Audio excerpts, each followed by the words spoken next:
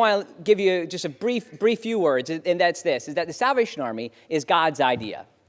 It would be wonderful if through the leadership of the board, through the community support, if we could just come up with this crackerjack idea that would really lead the community forward. But I truly believe that the reason we're here today is that God has inspired the work of the Salvation Army to exist. And God inspired William Booth to raise the Salvation Army up. It's his. He can do what he wants with it. And that came because William Booth had a very clear idea about the nature of humanity.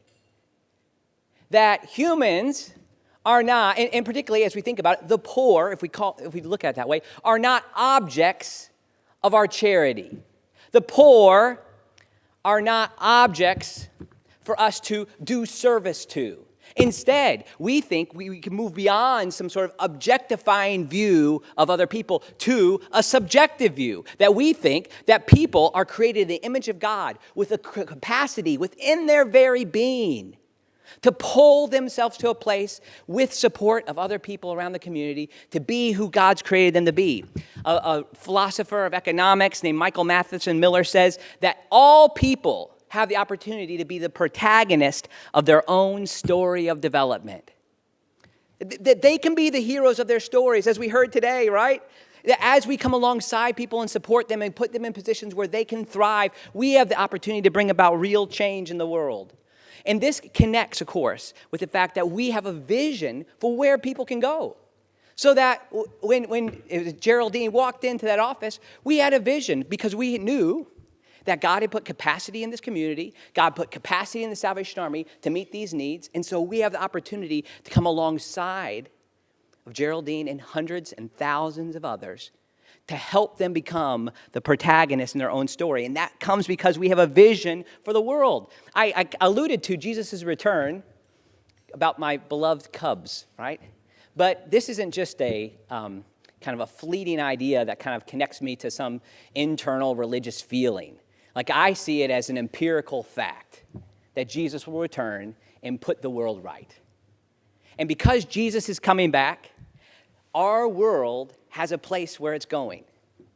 Like, our world has an opportunity to participate in his plan, and that then leads us to have a vision for people's lives. And vision breathes on hope. And hope isn't just a feeling. It's not something that just floats around. Hope is something that's real, that's based on the fact that Jesus not only is coming back, but the fact that Jesus was raised from the dead. So because of these facts, the Salvation Army exists, and this idea of the Salvation Army is present. Major Proctor mentioned that we served in the Salvation Army in Western Kentucky.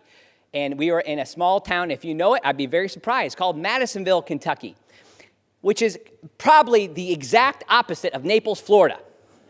An area that was a coal mining town, and that was where my wife and I first served after we left Asbury Seminary before we went to serve at the Salvation Army's training college in Atlanta. And while we were there, we had a variety of very interesting cultural experiences that I did not know would come my way. Our board maybe wasn't as sophisticated as the lovely folks that I've met here today, but they're a lovely group of guys, and we are trying to get some ladies on there, so I'm great to see that you have such strong, confident, capable women on your board here. We had to challenge, when I got there, I realized that we had a warehouse that was twice the size of this room, that we were paying way too much for in rent, and it was completely filled up with junk. It was kind of like backup for our thrift store, but all the things weren't really able for us. We weren't able to sell anything in there. It was a real challenge. So our board got together and they said, hey, we could get the mayor to give us a truck that we could fill up with garbage, and they'd take care of that. And I said, I know, we don't have enough staff to really do this, and the guys from the board weren't able to come and help us. They said, but so-and-so's running for jailer. So let's just see if he can provide you some guys from the jail to come and help you clear out the warehouse. Thought, great, hey, I'll take anybody. So we went in, and I drove the Salvation Army van, a 15-passenger van, over to the jail. I came in, and as I got in there, this guy came out, and I'm telling you, he was like Barney Fife, okay? He had a little clipboard, and he was ready to give. I said, I'm Captain. I was just Andy Miller at the time. I wasn't a captain. He said, I'm Andy Miller. I'm here to pick up a few guys to come help us. And so out walk these guys. He takes a key, unlocks them. They're in their orange jumpsuits, and they file into the 15-passenger van. I thought, great. So I kept standing there. The guys got in the car, And I said, okay, so where's the police officer that's coming with them? He said, oh, there's no police officer coming with them. I know, but see, I'm 25, I weigh 140 pounds. You mean I'm going to be with them? He said, yeah, no problem, you got it. He said, if there's any trouble, just call us. What type of trouble are you talking about? So I was, okay, I'm driving very cautiously in very open places, but then I drive to this terrible warehouse on the bad side of town. But there you go, I have these guys with me. Now here, as they're there all day with me, they are having a blast. I mean, they're working so hard. I'm praying with these guys, hearing their stories. It was great. I had a great time that day. Then I realized that they didn't have, they had a lunch that they brought with them from the jail, and it looked awful. Like nothing that I would ever want to eat. So I decided, you know what? I'm going to take these guys out to eat. So I was 25, and I didn't know anything. I still don't know what I'm doing. But here I go. I pull into Kentucky Fried Chicken. I'm in Kentucky anyways. So as I pull in there, I go out and I open up the door from all right, come on, guys, come in. And they had to tell me, I don't think it'd be so good for 15 guys in jumpsuits to go into Kentucky Fried. So then I went through the drive-thru, and as I'm at the drive-thru, after we pulled up to the window, the lady had a very interesting look on her face when she saw what was in the back of our car. So I took Kentucky Fried Chicken, and we went back to the Salvation Army building, and we had a lunch, and I'm telling you, there was not a Kentucky Fried crumb left. They ate everything. And here's what's so interesting. Like, as I was with these guys that day, I realized that they were not born, they were not made to be imprisoned. That they were made to be free. And we think in the Salvation Army that people were not made, not born to be in a place of poverty. We think people weren't born to live with sin weighing you down. We think that there's a bigger vision for the world that we get to participate in. And that vision breathes on hope. That there's a hope for our world. There's a hope for people who are in difficult situations. And this hope isn't optimism.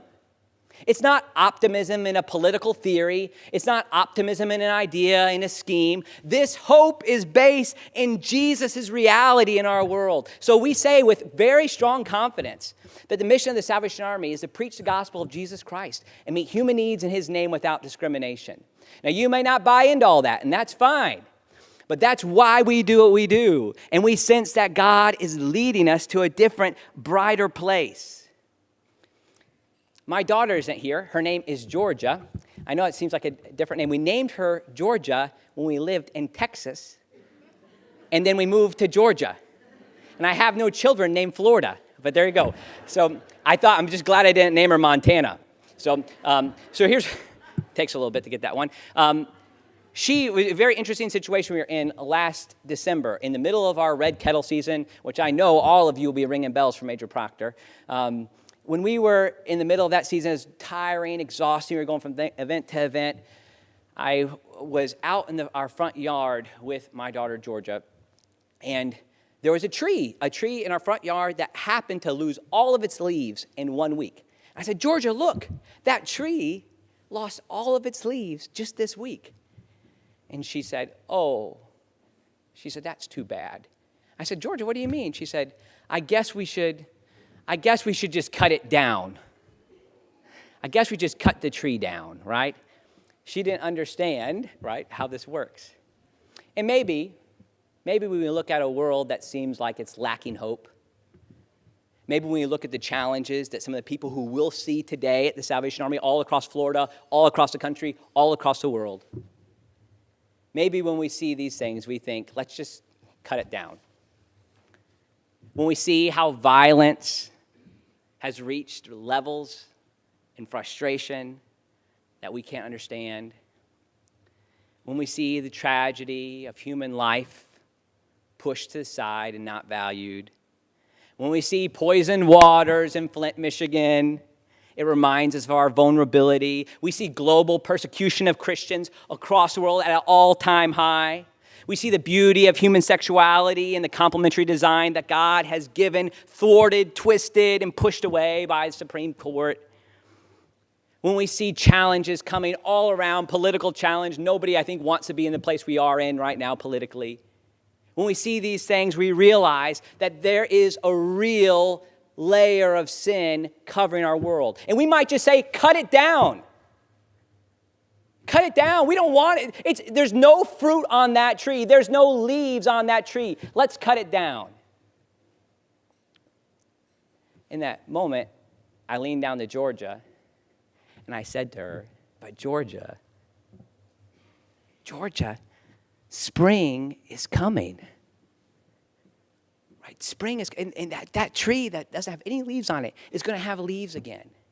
And when we look at the challenges of our world, we look at where it is right now, we can say that spring is coming. Like, we're not just caught in a view of the world that says it's just going to go away. We think that God is going to redeem the world, and we get to be a part of it. We participate in it, and you participate in it when you buy a table at this event.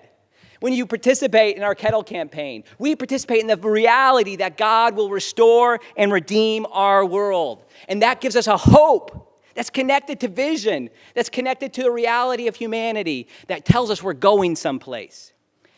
I was reminded just yesterday, and my favorite author is a guy named E. Stanley Jones, who died 50 years ago. And he said that this sentence in Scripture is the most breathtaking sentence he's ever read. And I was, well, I have to see what this is. And it's an obscure one to me. 1 John 2:8. And it says this, yet I am writing you a new command. Its truth is seen in him, in Jesus. Its truth is seen in him and in you. Its truth is the truth of the eternal God that's in Christ is also available for us. What a beautiful picture. Then it says this, because the darkness is passing and the true light is already shining. The true light of Christ is shining through the work of the Salvation Army here. And the true light that is moving our world forward is present and available if we will join him in it. Will you join? Will you seek to do the most good in this way? Because we are connected to something bigger and better than who we ever are by ourselves. God bless you.